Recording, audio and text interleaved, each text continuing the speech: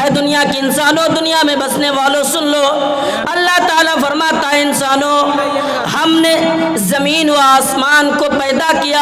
اب اللہ تعالیٰ نے فرمایا ہے دنیا میں بسنے والے انسانوں دیکھو میں نے تمہارے لیے آسمان کو چھت بنایا، زمین کو فرش بنایا اور یہ حکم دے دیا ہے اور جو تم کھا رہے ہو اس کھانے پینے کے انتظام ہم نے کیے ہیں۔ اسی لیے اس کے بعد اللہ تعالیٰ نے فرمایا تم اس لیے تو اپنے رب کو پہچاننا، اس کے ساتھ کسی کو شریک مت کرنا، اس کے ساتھ کسی کو برابر مت کرنا، یعنی انسانوں سے کہہ رہا ہے کہ رب کو پہچانو۔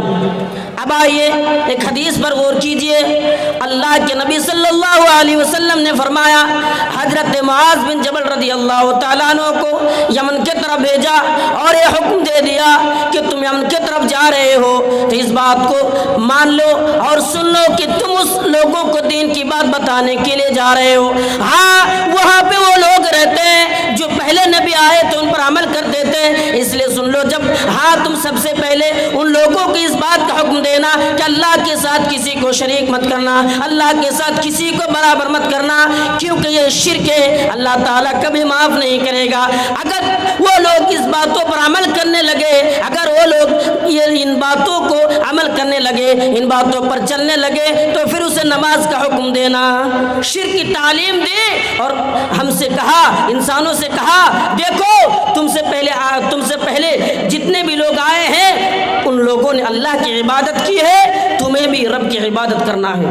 اب آئیے ہم مہابھارت اٹھاتے ہیں، ہم ایک منتر پڑھتے ہیں، اب دیکھیے اس میں سچی بات کہہ دی گئی ہے کہ زمین و آسمان کو پیدا کرنے والا کون؟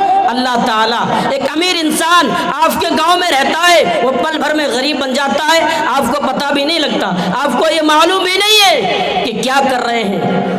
آئیے نرپسین داس داسی نرپتی بھوی ترن ترن ہی پسند، یعنی یہ فرمایا گیا ہے دنیا والوں سن لو، ہے دنیا کے انسانوں سن لو، ایک امیر آدمی رہتا ہے، اللہ تعالیٰ امیر کو غریب کر دیتا ہے، غریب کو امیر کر دیتا ہے، اسے معلوم بھی نہیں رکھتا، اسے پتہ بھی نہیں چلتا کہ میں غریب بن گیا۔ اللہ تعالیٰ ایشور ایک امیر کو غریب کر دیتا ہے، پتھر کو ترن کر دیتا ہے اور ترن کو پتھر کر دیتا ہے، یعنی یہ فرما رہا ہے کہ دیکھو میں نے چھوٹے تالاب کو بڑے تالاب میں تبدیل کر دیتا ہوں۔ ہاں اور یہ بھی بات بتائی گئی ہے کہ ہاں یعنی جو چھوٹے تالاب ہے میں بڑے تالاب میں تبدیل کر دیتا ہوں۔ آپ کے گاؤں میں ہوں گے بڑے امیر آدمی، پیسے والا ہے، لیکن وہ 10 سال کے بعد ہو کبھی بھی ہو ان کے پاس جب پیسہ نہیں رہتا وہ در در کے ٹھوکریں کھانے لگتے ہیں۔ یہ کس نے کر رہا ہے؟ اللہ رب العالمین نے۔ ہمیں اللہ پر غور کرنا ہے۔ جب انسان پریشانی میں پڑتے ہیں تو اللہ کو پکارتے ہیں، اور ان کے پاس جب پیسہ رہتا ہے، ان کے پاس دولت رہنے کے بعد وہ اللہ کو یاد نہیں کرتا ہے۔ یہی حقیقت ان لوگوں کی کتابوں سے بتائی گئی ہے جو لوگ دین پر عمل نہیں کرتے ہیں، لیکن آج سچ بات تو یہ ہے وہ لوگ عمل کرنے کے لیے تیار نہیں، بتایا جا رہا ہے، لیکن وہ لوگ مسلمانوں کو کہہ رہا کہ تم تو دہشت گرد ہو، ہاں تم ہندوستان کے رہنے والے نہیں ہو، ہاں یہ بات کہی جا رہی ہے کہ تم اس ملک کو چھوڑ دو، لیکن اسے معلوم نہیں، اسے پتہ نہیں ہے۔ ہاں اگر کوئی بھی انسان ہو، دنیا میں رہنے والے کوئی انسان ہو، اسے پکارتا یعنی اس کو پکارنے والا اللہ کو پکارتا ہے، وہ کسی بھی دیوتاؤں کے سامنے سجدہ کیوں نہ کرے، حقیقت تو یہ ہے کہ وہ اللہ رب العالمین ہی کو پکارتے ہیں۔ آئیے مہابھارت اٹھائیے اور ایک دوسرے منتر پر غور کرتے ہیں، جو سروگ لفت نرلیفتا تاہ مہیما کو کا سنکشیپا جا کے نام طرف سنسارا جاہی نام دکھ سکھ سہارا۔ جب انسان امیر رہتا ہے، امیر رہنے کے بعد اپنے رب کو نہیں پکارتا ہے، اپنے مالک کو بھول جاتا ہے، جب وہ غریبی میں پڑتا ہے، پریشانیوں میں پڑ جاتا ہے تو اپنے رب کو پکارنے کے لیے دوڑ پڑتے ہیں، اپنے مالک کو پکارنے کے لیے دوڑ پڑتے ہیں۔ ہاں یہی حقیقت کہہ دیے، جو سروگ لفت نرلیفتا تاہ مہیما کو کا سنکشیپا، یعنی اس مہیما یعنی اس ایشور کے پاس جاؤ اور جا کر ان سے کہہ دو کہ میں بہت غریب آدمی ہوں، یا اللہ تعالیٰ تو مجھے امیر کر دے، اور وہ مانگنا شروع کر دیتا ہے۔ جو دکھ اور سکھوں کے وقت یعنی اس آدمی کا کام آ رہا ہے جو پریشانیوں میں پڑے رہتے ہیں۔ حقیقت یہ ہے آج انسانوں کے اندر غریبی میں رہتا ہے تو اللہ کو نہیں پکارتا ہے، اسی لیے کس کو پکارنا ہے؟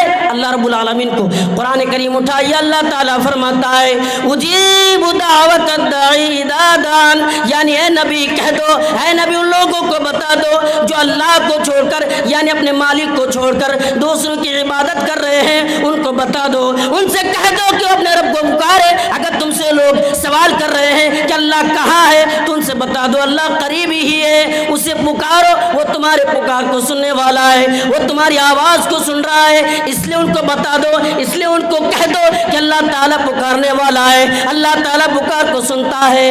لیکن آج ہم نہیں سن رہے ہیں، آپ نہیں سن رہے ہیں، اسی لیے مسلمان اور ہندوستان کے مسلمانوں کے لیے بدتر حال بنے ہوئے ہیں کہ منہ دکھانا بھی گوارا نہیں کرتا۔ کیوں؟ اس لیے کہ اپنے رب کو بھلا بیٹھا ہے۔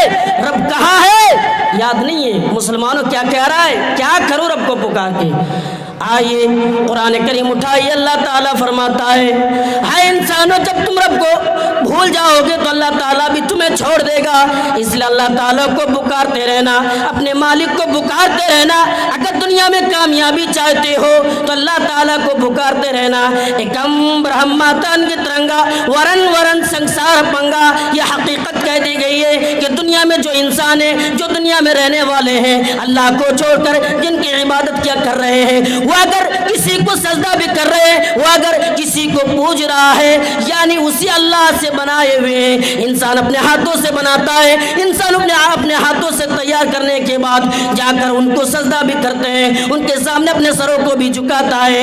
قرآن کریم اٹھائیے، اللہ تعالیٰ نے فرمایا کہ اللہ تعالیٰ یہ حقیقت کہہ دی کہ دنیا میں بہت سارے لوگ ایسے بھی ہیں جو اللہ کو چھوڑ کر دوسرے سے محبت کرتے ہیں، جو دوسروں سے پیار کرتے ہیں۔ وَمِنَ النَّاسِ مَن يَتَّخِذُ مِن دُونِ اللَّهِ أَنْدَادًا يُحِبُّونَهُمْ كَحُبِّ اللَّهِ۔ اللہ تعالیٰ فرماتا ہے دنیا میں ایسے لوگ بھی موجود ہیں، دنیا میں ایسے انسان بھی موجود ہیں جو اللہ کو چھوڑ کر کسی اور سے محبت کرتے ہیں، یعنی جو محبت اللہ سے کرنی چاہیے، جو محبت اللہ سے رکھنی چاہیے، وہ محبت کسی اور سے کر رہا ہے۔ لیکن حقیقت یہ ہے کہ اللہ تعالیٰ نے کہہ دیا والذین آمنوا، جو مومن ہوگا، جو ایمان والا ہوگا، وہ محبت صرف اللہ سے کرے گا۔ وہ محبت کس سے کرے گا؟